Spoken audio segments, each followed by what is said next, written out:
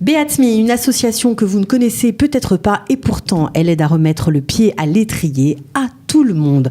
En tout cas, si vous êtes francophone, il y a une nouvelle session qui redémarre.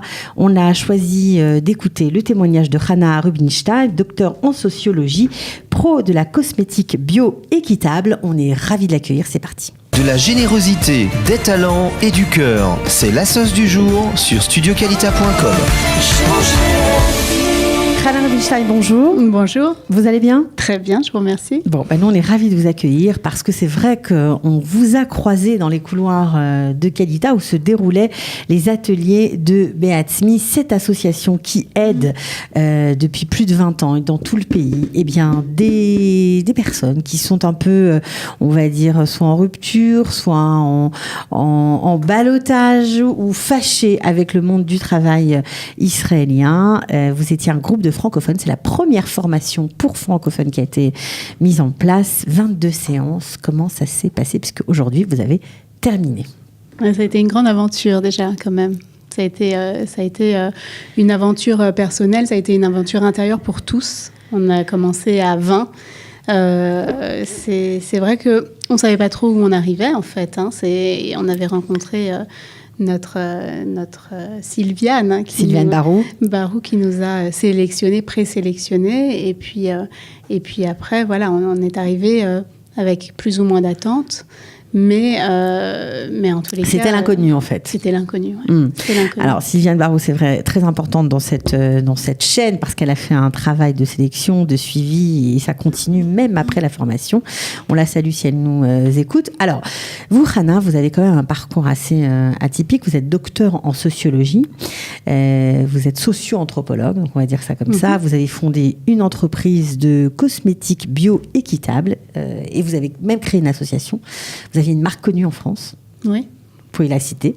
Oui, on a créé Forest People, qui était une marque alors qu'on appelle de niche, mais qui était vraiment la première marque bio et équitable de cosmétiques, de bien-être et de soins en France. Et il y avait aussi une association, je crois. Et une association qui est née très rapidement après, qui s'appelle toujours Cœur de Forêt. Qui existe toujours, oui, avec effectivement le travail de matières premières et la transmission. Ouais. Cette transmission qui nous est chère, mais de la transmission du savoir-faire traditionnel dans les tribus. Alors essentiellement... vous allez en Afrique, etc. En Afrique, okay. Amazonie brésilienne, péruvienne. Donc vous alliez là-bas pour voir leurs secrets ancestraux. Pour travailler avec eux sur des axes, on va dire, de développement économique. Alors la baseline, c'était vraiment profiter de la forêt sur pied plutôt que couper, puisque la grosse problématique, c'est la coupe du bois, c'est la déforestation au niveau planétaire. Donc l'idée, c'était de créer des alternatives économiques à cette déforestation en leur proposant quelque chose de vertueux. Alors, quand vous nous racontez tout ça, on imagine que lorsque vous êtes venu ou arrivé en Israël il y a 4 ans et demi, vous avez mis ça de côté. Vous pensiez pouvoir continuer dans votre métier. Vous ne parliez pas l'hébreu. Donc, dans quel état d'esprit vous êtes monté ? Alors, pour monter, il y a eu un préambule. Moi, j'ai vendu ma marque de cosmétiques. Je savais que sans ça, je ne ferais pas l'Alia. Et c'était important. On a des enfants en bas âge. C'était important de le faire à ce moment-là. Okay. Et puis, il fallait surtout se délester, en fait, de tout ce qui nous occupait au quotidien, plus. Il fallait avoir l'esprit libre. Exactement. D'accord. Donc, on l'a fait. L'association a continué parce que c'est très important. On n'allait pas lâcher tous les tribus, tous les projets, etc. Donc, on a transmis le relais.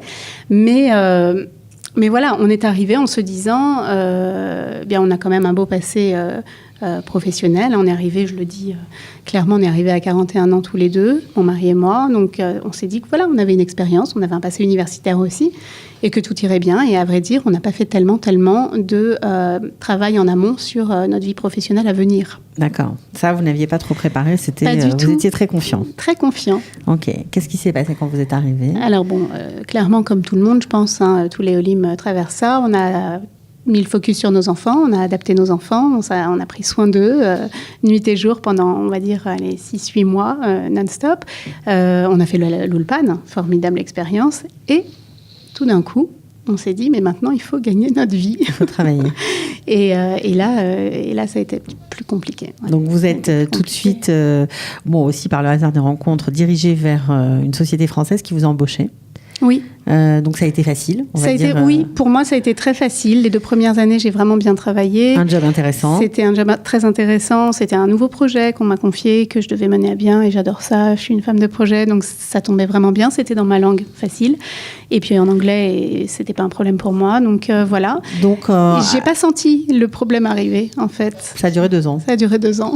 Et puis après ces 2 ans, pour X raisons, suppression de budget, etc., peu importe, tout s'est cassé la figure. Oui. Donc vous avez été remercié du jour au lendemain. C'est ça. Assez violemment, on va dire. Oui, ça a été un peu violent. Bon, je ne vais pas m'éterniser, mais Non. ça a été violent. Et du coup, là aussi, il faut aussi se relever. Hein, mais c'est comme partout dans le monde. Voilà, quand il y a un petit souci de ce genre. Maintenant, la réalité, elle m'est apparue en face. Et alors, j'ai quand même envie de dire que ce n'est pas la faute à l'intégration, ce n'est pas la faute à qui que ce soit. Je pense que c'est quelque chose aussi qu'il faut peut-être corriger, mais que les Olim ont beaucoup intégré. C'est-à-dire qu'on intègre en arrivant, parce que finalement, quand on ne parle pas hébreu, on parle au français. Et les Français parlant au français, qu'est-ce qu'on entend ? On entend des doctorats et des docteurs S. Il y en a 4 au mètre carré ici. Tout le monde est un crack. Finalement, on n'a pas besoin de vous. Et vous ne pourrez pas apporter grand-chose. Il ne faut pas croire qu'on vous attend. Donc, redescendez de votre piédestal et allez faire un petit job trouve ce que tu peux. pour payer la macolette et puis point. C'est un peu ça. C'est ça. Alors, c'est vrai qu'on est quand même nourri, et surtout les premiers temps, par quelque chose de très vertueux, puisque Israël et Yerushalayim, on est de Yerushalayim, donc nous nourrit spirituellement. Donc en fait, oui, il y a la aliyah spirituelle, et je pense que c'est un peu, ça cache un petit peu les nécessités à venir. Ouais. Voilà, c'est ça. On est dans le high de l'Aliyah, de Jérusalem, de la nouvelle vie, et puis, mais on se rend pas compte qu'il y a quand même une réalité. Il y a une réalité qui peut être un peu violente, parce qu'à partir du moment où on est retombé sur Terre, qu'il y a la nécessité de travailler, quand on a intégré le message que je viens d'évoquer, c'est un peu compliqué de refaire vite son CV et d'aller se présenter là où on aurait été se présenter en France. Et en fait, l'écueil de la langue, je pense que c'est pour tout le monde. Hein. Chez Beat Smith, c'était quelque chose qu'on partageait énormément. Ouais. L'écueil de la langue induit des peurs, induit des limitations, et on n'ose pas. Et on n'ose plus. Et plus on laisse le temps passer, et moins on ose. C'est difficile. Ouais. Voilà. Alors justement, on revient à Beat Smith. Vous étiez au fond du trou, on peut le dire, quand Sylviane vous a recruté pour faire partie de cette nouvelle expérience de ce groupe. Il y a une nouvelle session, je crois, qui recommence prochainement. Vous avez été sélectionné avec 20 personnes. Alors, très différentes. Tout le monde n'est pas docteur en sociologie. Pas du tout. Il y avait un peu de tout. Tous les profils formidables. Tous les profils. Dire, il y avait d'autres porteurs de projets, enfin des gens qui étaient porteurs de projets en France. Ouais. Il y avait des gens qui faisaient des affaires. Il y a des gens qui étaient plus artistes. Ouais. Des gens qui étaient déjà dans le high-tech. Il y avait des gens, des étudiants, des mères au foyer. Il y avait une toute jeune femme qui avait fait son alia très très jeune, donc on pourrait se dire qu'elle n'est pas dans la même problématique, mais en fait si. Il y avait tout le monde, il y avait de tout, et puis il y avait des gens, ça allait de 25 ans à 60 ans, et c'était très bien comme ça, parce que chacun a apporté sa pierre au groupe, et c'était riche. Alors j'imagine, donc un groupe qui se réunit, alors pas facile, parce que tout le monde est un peu au début dans le même état, genre j'y arriverai jamais, j'ai besoin de travailler, je suis au fond du trou, mais je ne sais pas comment faire, c'est un peu ça l'idée, et grâce à un coaching sur mesure, les choses ont vraiment bougé, les lignes ont bougé. Les lignes ont beaucoup bougé, c'est-à-dire qu'en fait, sur 22 sessions, allez, je fais une coupe un peu sauvage, mais on va dire qu'il y a les 10 premières sessions où on est vraiment tous dans un état étrange, où effectivement on a l'impression d'être dans notre coquille, et où on ne se sent vraiment pas adapté au marché israélien, mais par méconnaissance, par peur. Il y a beaucoup de peur et il y a beaucoup de limitations qu'on s'est peut-être induit nous-mêmes. On a intégré un message qui, à mon sens, aujourd'hui, avec du recul, est nocif, et on est tous rentrés dans notre coquille. Donc Beat Smith, grâce à une coach, on va la citer, Gal Chassid et Sylviane Barou, qui accompagnent le groupe pendant les sessions, mais aussi en dehors, grâce au travail qu'elles ont fait avec vous. Alors, un travail de quel type? Une espèce d'introspection, c'est ça? Ça commence vraiment par de l'introspection, parce qu'il y a beaucoup de choses à remettre en mouvement. Il y a une énergie à débloquer. C'est clairement énergétique aussi. C'est un peu psycho-énergétique. C'est très sympa, très sympa. Il y a une vraie dynamique de groupe. Elle mène ça de main de maître en douceur, donc il n'y a pas de peur à avoir par rapport à la méthode. Et puis, doucement, on va vers le marché du travail. C'est-à-dire qu'on va se mettre à préparer une présentation de nous-mêmes qui tienne la route, en mettant en valeur tout ce qu'on a fait les uns les autres. Au début, on arrive à dire, oui, j'ai fait ça, j'ai fait ci, j'ai fait ça. Non, au début, on dit rien. Au début, je ne vaux pas grand-chose. C'est ça ? Au début, on dit, voilà, on s'excuse presque de ce qu'on a vécu avant et tout. Donc, c'est un peu... Aujourd'hui, je souris parce que... Pourquoi ? C'est quand même étrange qu'on soit tous dans cet état-là.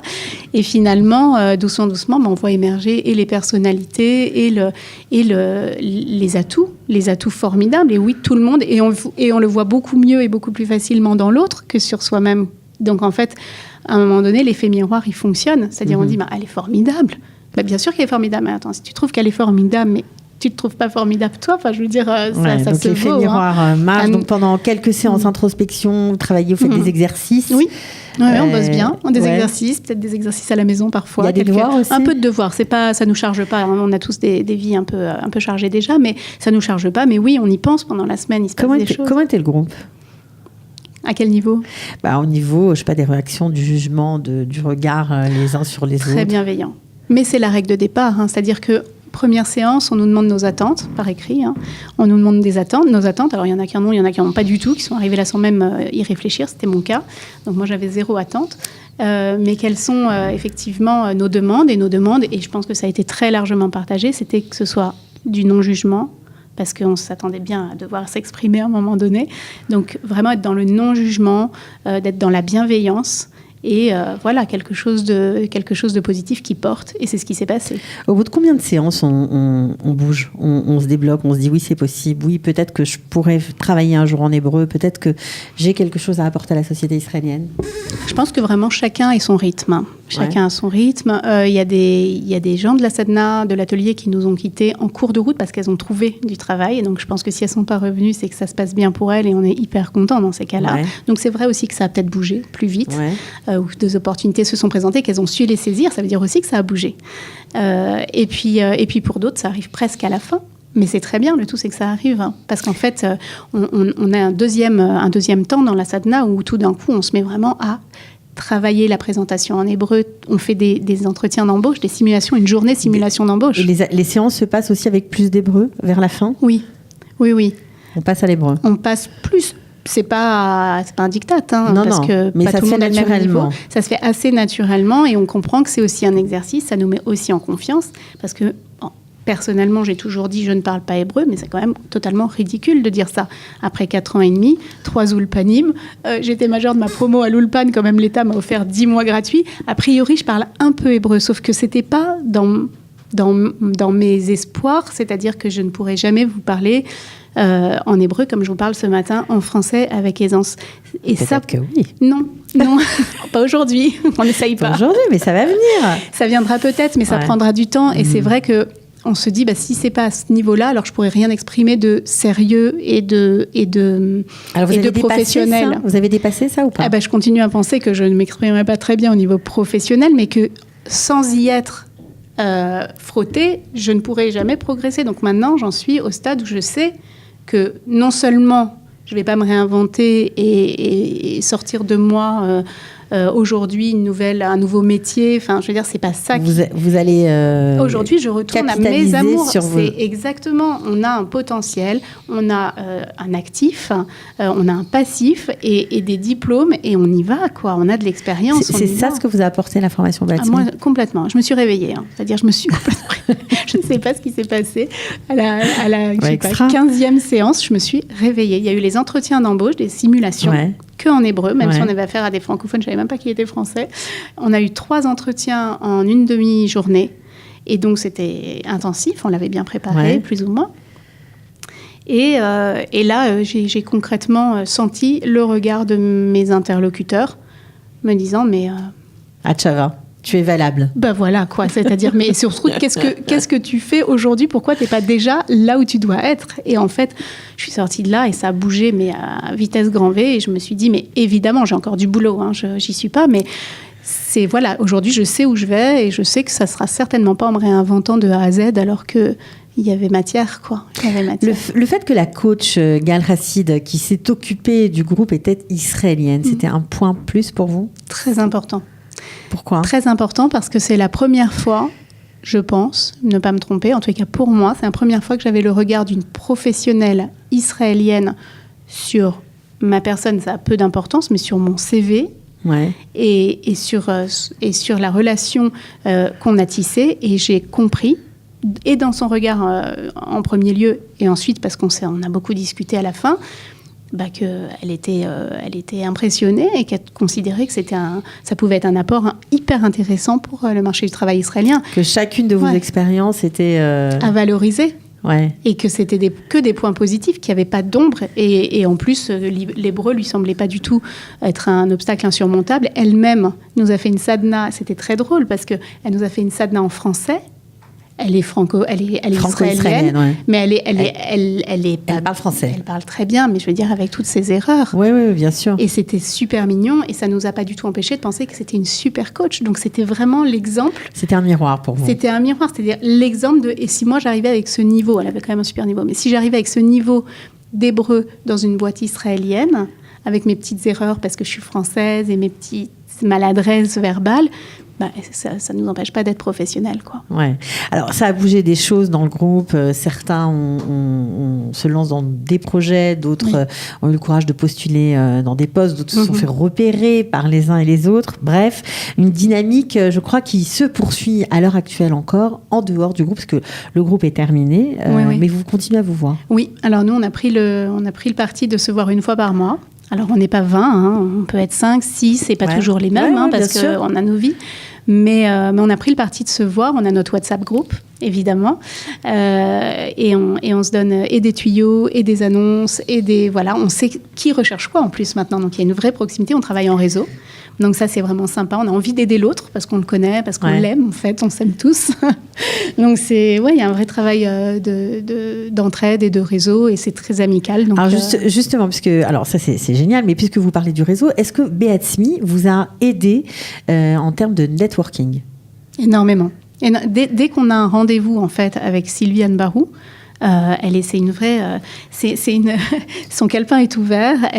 C'est Madame Réseau, c'est-à-dire qu'on lui évoque une idée, même si on l'avait pas prévenue avant. Pouf, elle ouvre son téléphone, appelle un tel, et c'est comme ça que ça marche. Elle vous a poussé à aller vers les autres. Oui. Après, chacun a son rythme aussi. Moi, j'ai engrangé les numéros et les noms et les contacts. Et puis, pendant longtemps, j'ai pas réussi à appeler. Et puis, tout d'un coup, c'est comme ça. Moi, je suis un peu à retardement. Et tout d'un coup, en une matinée, j'ai appelé tout le monde. Vous voyez, c'est comme ça que ça se passe aussi. Mais c'est vraiment, vraiment du réseau. C'est beaucoup de contacts. Ici, on a fait Beatsmi au cœur de Qualita.